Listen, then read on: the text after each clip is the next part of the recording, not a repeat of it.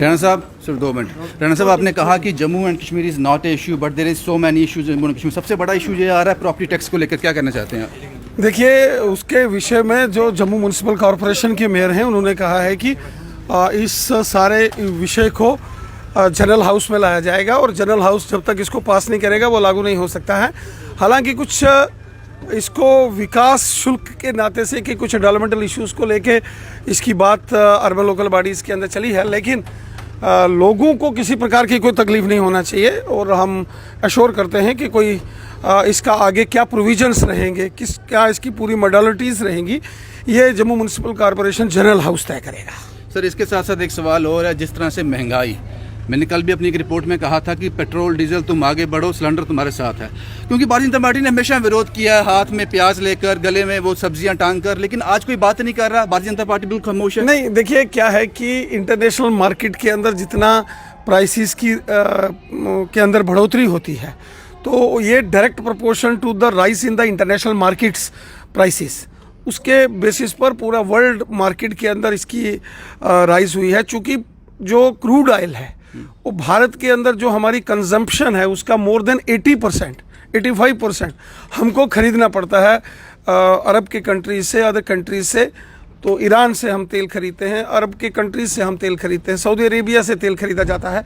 तो जैसे ही वहाँ के अंदर मार्केट के अंदर उस क्रूड ऑयल के अंदर तेज़ी आती है तो उसका डायरेक्ट प्रोपोर्शन तेल और उसकी कीमतों में, पेट्रोल की कीमतों की हाइक में होती है। लेकिन मुझे पूरा विश्वास है कि बहुत जल्द इस ये जो प्राइस हाइक है पेट्रोलियम प्रोडक्ट में उसको कंट्रोल कर दिया जाएगा और ये रेट्स जो है वो डाउन होंगे। एक आखिरी सवाल सर, एक आखिरी सवाल।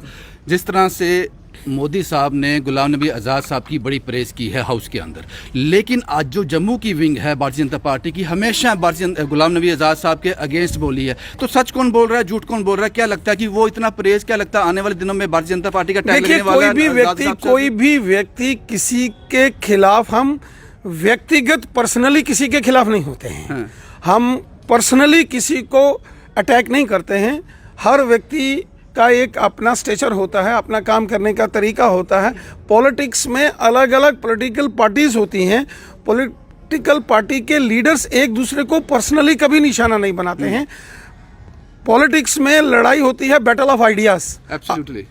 उसकी क्या आइडियोलॉजी है, हमारी क्या है, हम राष्ट्रवाद को लेके काम करते हैं और दूसरी पार्टी को जब भी हम निशाना बनाते हैं, जब कांग्रेस के लोग और एनसी और पीडीपी के लोग कहीं आतंकवादियों से मिलते हैं, उनकी बातें करते हैं, तो हम उनको अटैक करते हैं कि भाई तुम्हारी नीतियां गलत हैं। नीतियों को क्रिटिसाइज किया जाता है, व्यक्तियों को नहीं किया जाता है। हाँ, अगर व्यक्ति का बिल्कुल चाल चलन टोटल खराब होगा तो वो निशाने पर आता है। आपको लगता है कि आने वाले दिनों में गुलाम नबी आज़ाद साहब पर बीजेपी के लिए रास्ते खुले हैं, ऐसा कुछ निर्देश, ऐसे कुछ लग रहा है? देखिए, किसी की तारीफ करने से कोई इतना बड़ा कोई आप मानते हैं कि भूचाल आ जाएगा, मेरे को नहीं ऐसा लगता है। माननीय प्रधानमंत्री जी, जो आप जानते हैं कि एक स्टेट्समैन है, हमारे प्रधानमंत्री जी ने हमेशा सच बोला है।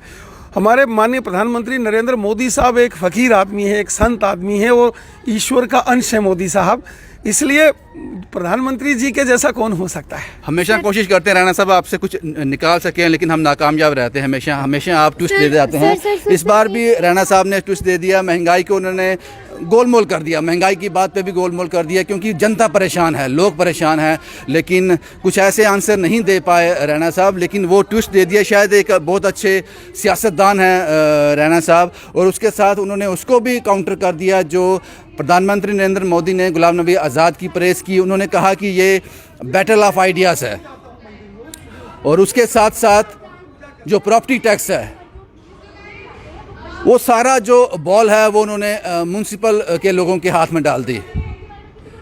लेकिन जनाब, फैसले आपको करने हैं और हम उम्मीद करते हैं कि जो फैसले आप करेंगे वो जम्मू कश्मीर के हित में हो।